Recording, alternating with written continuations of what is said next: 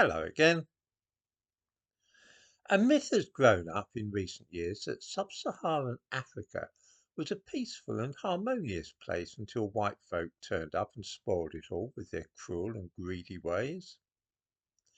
This is nonsense, but it has led to a very strange attitude among some people that black projects, charities and non-governmental organisations may be trusted to operate honestly without any external oversight. This is utterly insane, of course. A marvellous instance of the underlying belief which causes this attitude appeared on the internet in the autumn of 2021. On 21st of September 2021, Professor Brittany Cooper of Rutgers University debated critical race theory with a man called Michael Harriot.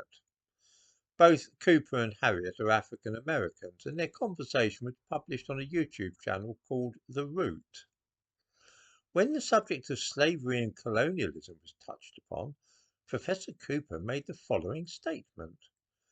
That's what white human beings do.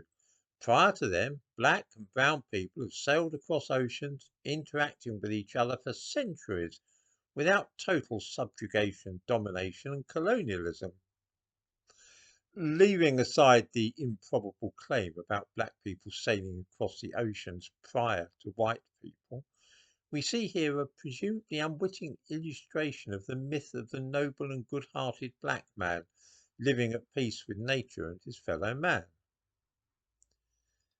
Now, this idea is at the back of a lot of the dealings which white people have with black people in the West. It is assumed that black people are more honest, less greedy and cruel, and that it is our fault as white people that Africa got into such a mess. I don't buy this for a moment. I have a strictly non-racist approach to such matters. That is to say that I expect black people to be every bit as aggressive, selfish and unpleasant as white folk. If you give millions of pounds to a charity run by white people and don't keep a very close watch on what's being done with the money, then a lot of it will be stolen or misused. We all know this, which is why we require properly audited accounts for charities so that we can see where literally every pound has gone and what it's been spent on, and we can check that no one has stolen it all.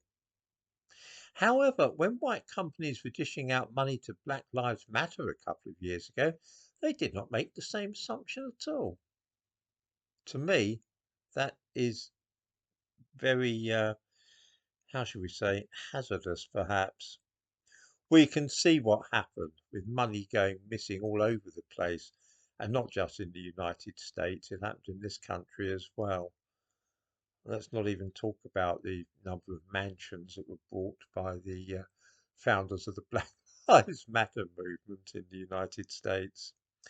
The underlying idea is that black people are basically decent and idealistic, and bad things only happen when white people are involved. This is what was at the back of Brittany Cooper saying that before white people turned up in other parts of the world, black and brown people have sailed across oceans, interacting for centuries without subjugation, domination, and colonialism.